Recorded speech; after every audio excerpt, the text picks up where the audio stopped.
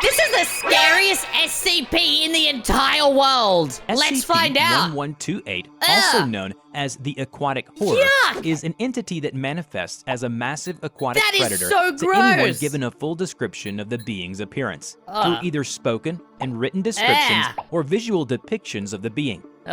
Victims infected by 1128 will initially exhibit no abnormal behavior, though some cases show a general aversion to activities involving bodily immersion in water, such as bathing or swimming. If victim ever be fully immersed in water, they will disappear completely under the surface of the water, regardless of the water's actual depth.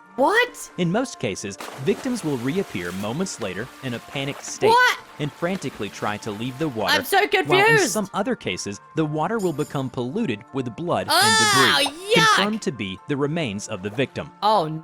Victims that have reappeared intact claim that they were transported to a vast ocean, where they are pursued by 1128.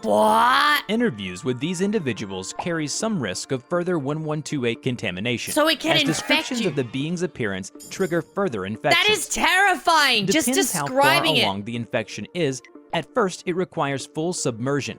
But over time, it'll take less and less water until you could step in a puddle and fall in. Dude, I'd be terrified at that point. At that point, I'd just be trying to avoid literally any drop of water. Like, if anyone spills anything anywhere, I'd just, like, hit it with a slap-a-pop.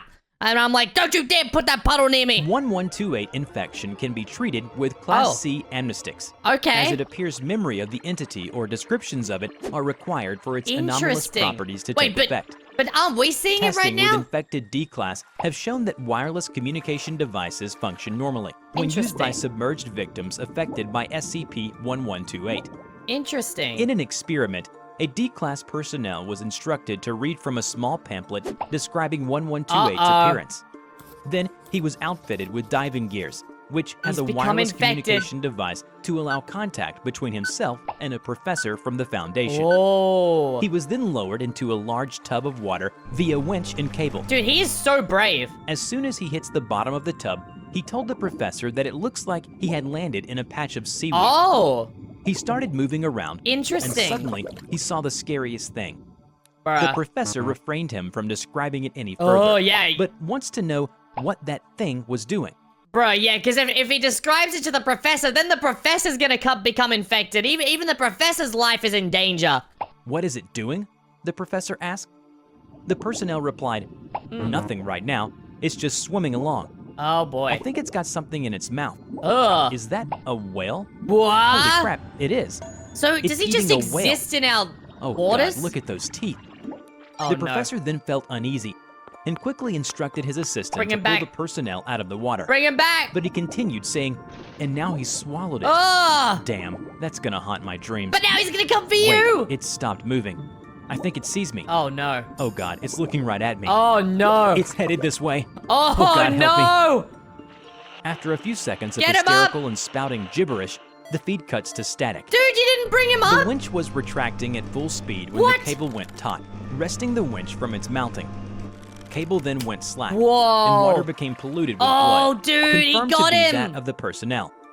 No further remains or equipment were recovered. Oh no! Interview log and relevant documents were edited for vectors, and all staff present were treated with Class C amnestics. Wow. Tracking devices affixed to D-Class personnel used in SCP-1128 experiments reveal that submerged victims are transported to an ocean. An ocean? Like After which this discovery, one of the doctors asked, "That's where we've been sending those D-Class?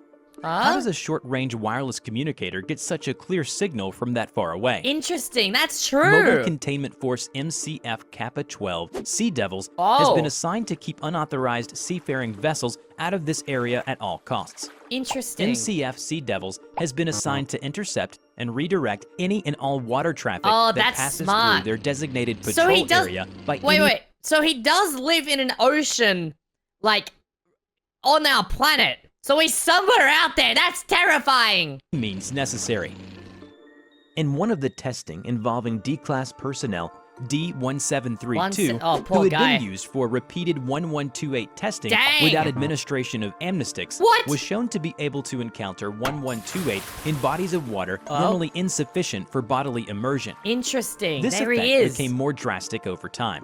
with D1732 developing progressively stronger hydrophobic tendencies, claiming to see 1128 from outside almost any body of water encountered by the subject. That's Days scary. after initial exposure, D1732 was violently pulled into a glass of water. It got sucked into Unfortunately, water? no remains were recovered from the incident. Bruh. Staff witnessing... Dude, imagine drinking that glass of water afterwards. That would be so terrifying. Ah, yuck. I don't want to get that out of there. No remains were recovered from the incident. Staff witnessing the event were found to be infected by 1128 and administered Class C amnestics. Containment procedures were then updated to include videos and descriptions of this event, and testing involving extended infection of D-Class was terminated.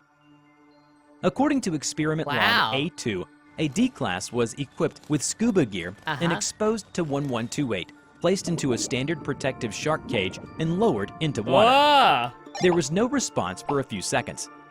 Then the line went taut. Oh no. And was severed at a point beneath the water. Oh no. Remains of the D-Class as well as jagged steel fragments, presumably remnants of the cage, surfaced shortly afterward. It can break through the cage as well? In the next experiment, Experiment Log A3, the same result occurred. A few hours later, MCF Sea Devils reported to have found an intact shark cage floating beneath the surface of patrol area near one of their vessels. Intact? Item was retrieved and confirmed to match description of cage used in Experiment A3. Interesting. Cage was undamaged, but found traces of human DNA and feces of indeterminate origin. No further remains of D-Class found. What? That's so weird. In another experiment, unlike previous tests, the exposed D-Class was equipped with diving gear, armed with a weapon for use against hostile organisms, and was also equipped with a live feed video camera attached to his helmet.